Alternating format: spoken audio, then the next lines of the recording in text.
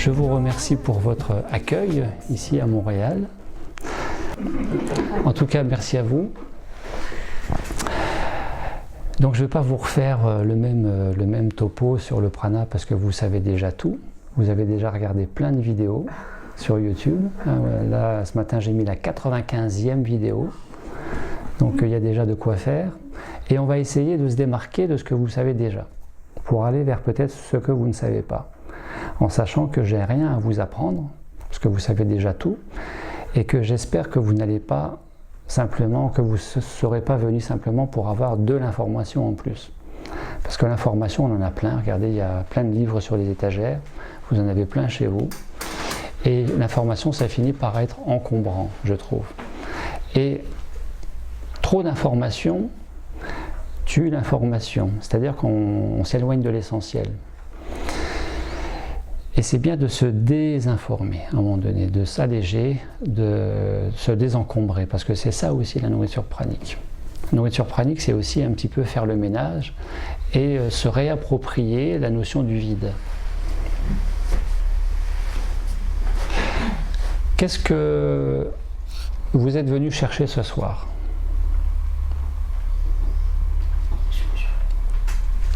L'information ou comment, par exemple, répondre à mon fils qui s'inquiète, clarifier des petits points avec quoi, comme le pranayama. J'ai passé l'hiver à mettre dans mon Kleenex de salive épaisse là parce que je pensais que ça avait rapport avec le désintox. Donc il y a déjà deux choses, il y a la salive et il y a votre fils. Oui, tu sais, j'ai pas d'argument, maman, pour te défendre auprès de ceux qui s'inquiètent. Je me doutais c'était qui. Fait que j'ai donné un dossier prana, puis il est, parce que j'étais fâchée, parce que les gens s'inquiètent beaucoup de la perte de poids. Hein. Tu sais, tu tousses, ben, c'est ça que j'ai une cancer du poumon, c'était évident. Ah ben, systématiquement, vous maigrissez, vous avez le cancer, ça c'est obligé. Hein, vous êtes forcément malade. Fait que je me disais qu'elle, tu sais, comme là, j'ai passé une prise de sang au mois de février, et c'est impeccable, le naturopathe. C'était la première pratique que je vois, mais il faudrait que j'en passe aux 2 semaines là, pour ceux qui s'inquiètent. Alors, fait que c'est comme...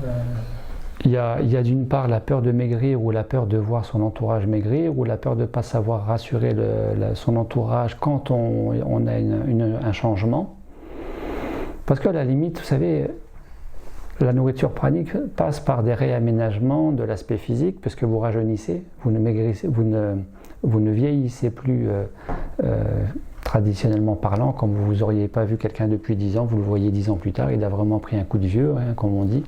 Avec la nourriture pranique, vous rajeunissez, ou en tout cas, à minima, vous ralentissez vraiment des processus de vieillissement. Vous vieillissez beaucoup moins vite d'un point de vue physique, et moi je dis que je rajeunis. Moi, je rajeunis, vraiment. Je me sens vraiment de l'intérieur rajeunir.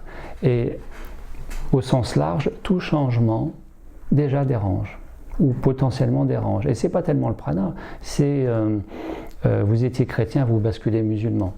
Ou vous étiez hétérosexuel, vous basculez homosexuel. Ou vous fumiez pas, et maintenant vous fumez. Ou vous mangez de la viande, et maintenant vous n'en mangez plus de la viande. Tout de suite, qu'est-ce qui se passe? T'as un problème?